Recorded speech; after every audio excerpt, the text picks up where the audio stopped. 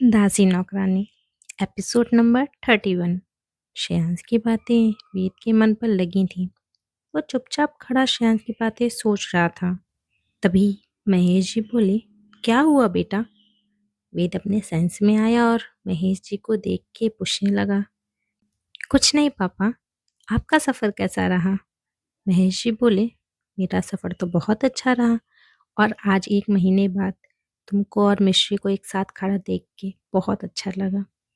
वेद कुछ नहीं बोला तो महेश जी ही बोले, तुम कहीं जा रहे थे? वेद बोला, जी पापा, आज एक ज़रूरी मीटिंग है, फॉरेन से क्लाइंट आ रहे हैं तो जल्दी जाना है। महेश जी बोले, अच्छा कुछ खा लो फिर चले जाना। वेद बोला, पापा मैं कंपनी में खा लूँगा, पर आज वो मैं अपने साथ मिश्री को ले जाने का सोच रहा था। ये बात वेद ने बहुत हिचकिचाते हुए और अटकते हुए बोली थी।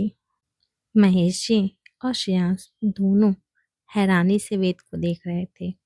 वेद उनसे अपनी नज़रें छुड़ाने लगा तो महेश जी बोले, बहुत अच्छा सोचा, मैं तो कब से चाहता हूँ तुम मिश्री को अपने साथ कंपनी ले जाओ। वेद को बहुत अजीब लग रहा था, पर उसे कंपनी के लिए निकलना था तो वो श्रेयांश से बोला, मैं बाहर जा रहा हूँ, तुम मिश्री को भेज दो और हाँ, कुक को वापस बुला लो, अभी मिश्री कुछ दिन मेरे साथ कंपनी जाएगी। बोल के वेद बड़े कदमों के साथ बाहर चला गया। श्रेयांश वेद को जाता हुआ देख रहा था। तभी महेश जी श्रेयांश से बोले, एक दिन में वेद में इतना बदलाव कहाँ से आ गया? श्रेयांश जानता था वेद में बदलाव कैसे आया है। वेद को डर था कहीं मिश्री फिर कोई गलत कदम ना उठा ले, इसीलिए अब वेद मिश्री को अपनी आंखों के सामने ही रखना चाहता था। वेद के साथ पहले भी ऐसा एक हादसा हो चुका था जिसकी वजह से वो इस बात से डरता था। श्रेयांश महेश जी को सच नहीं बता सकता था, वरना वो मिश्री के लिए घबरा जाते। इसलिए श्रेयांश बस उनसे बोला, अच्छा है ना पापा, इससे भाई की लाइफ थोड़ी नॉर्मल होगी, भाभी कुछ दिन उनके साथ रहेंगी तो शायद भाई भाभी को समझ पाए। महेश जी बोले, सही बोल रहे हो तुम। श्रेयांश फिर दादी के रूम में आया और मिश्री से बोला, भाभी भाई आपका इंतजार कर रहे हैं। मिश्री श्रेयांश को देखने लगी। उसका वेद के साथ जाने का बिल्कुल मन नहीं था और उसे ये भी समझ नहीं आ रहा था उससे इतनी नफरत करने वाला वेद अचानक से उसके साथ नॉर्मल कैसे हो गया। जो इंसान उसकी शक्ल तक नहीं देखना चाहता था, अचानक से वो उसे अपने साथ क्यों ले जा रहा है? कहीं ऐसा तो नहीं फिर से जंगल में छोड़ने के लिए ले जा रहा हो? सोच के मिश्री श्रेयांश से बोली, मेरा जाना ज़रूरी है क्या? श्रेयांश मिश्री का हाथ पकड़ के बाहर ले जाते हुए बोला, हाँ बहुत ज़रूरी है। अब मिश्री अपने मन के डर को श्रेयांश से कैसे बताती, पर उसका दिल डर से शताब्दी की स्पीड से चल रहा था। श्रेयांश मिश्री को बाहर लेकर के आया तो वेद गाड़ी में बैठा हुआ था। श्रेयांश ने गाड़ी के आगे वाला डोर ओपन किया और मिश्री को बैठने का इशारा करने लगा। मिश्री ने अपना सिर नाम में हिला दिया। श्रेयांश ने फिर उसे जबरदस्ती गाड़ी के अंदर बैठा दिया और डोर बंद करके बाय करने लगा। मिश्री ने कस के अपना ओवरकोट पकड़ लिया। वेद ने भी तुरंत गाड़ी आगे बढ़ा दी थी। मिश्री ऐसे डर के बैठी हुई थी कि अभी गाड़ी से पार होके भाग जाएगी।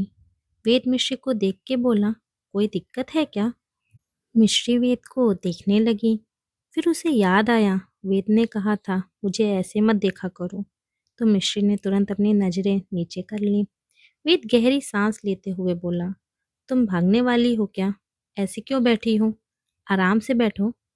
मिश्री ने अपना गला अपने थूक से गीला किया और आराम से बैठने की कोशिश करने लगी।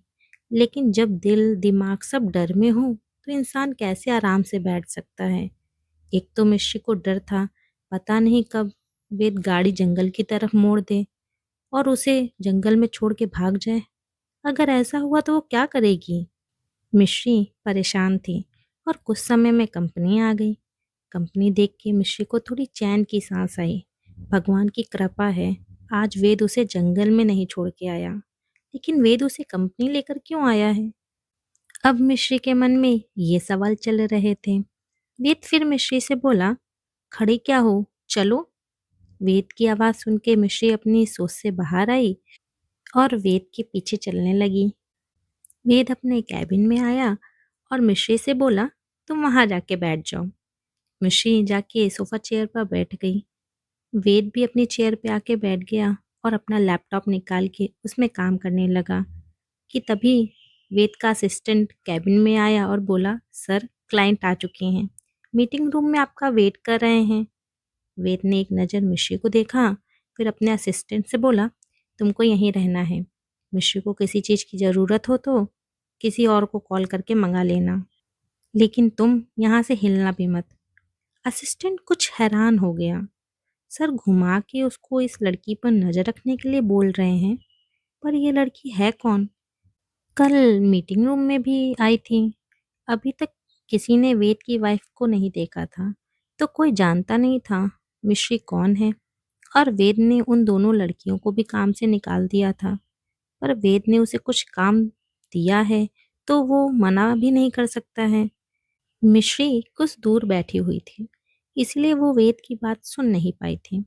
वेद अपना लैपटॉप लेकर जाने लगा तो मिश्री भी उठ के खड़ी हो गई। उसे लगा शायद उसे भी वेद के पीछे जाना है, पर वेद उसे मना करते हुए बोला, तुम यहीं बैठो, मुझे 1 से 1.5 घंटा लगेगा, तब तक तुम यहीं पे बैठो। कुछ चाहिए हो तो मयूर से बोल देना, ये तुम्हारे साथ यहीं पर रहेगा। मिश्री कुछ हैरान हो गई, पर वेद अपनी बात बोल के जा चुका था। मिश्री के कुछ पल्ले नहीं पड़ रहा था। वेद उसे यहाँ क्या बैठाने के लिए लेके आया है? क्या होगा आगे? क्या मिश्री समझ पाएगी वेद के अंदर के डर को? कैसी होगी इन दोनों की लव स्टोरी? जानने के लिए बने रहिए इस कहानी के साथ।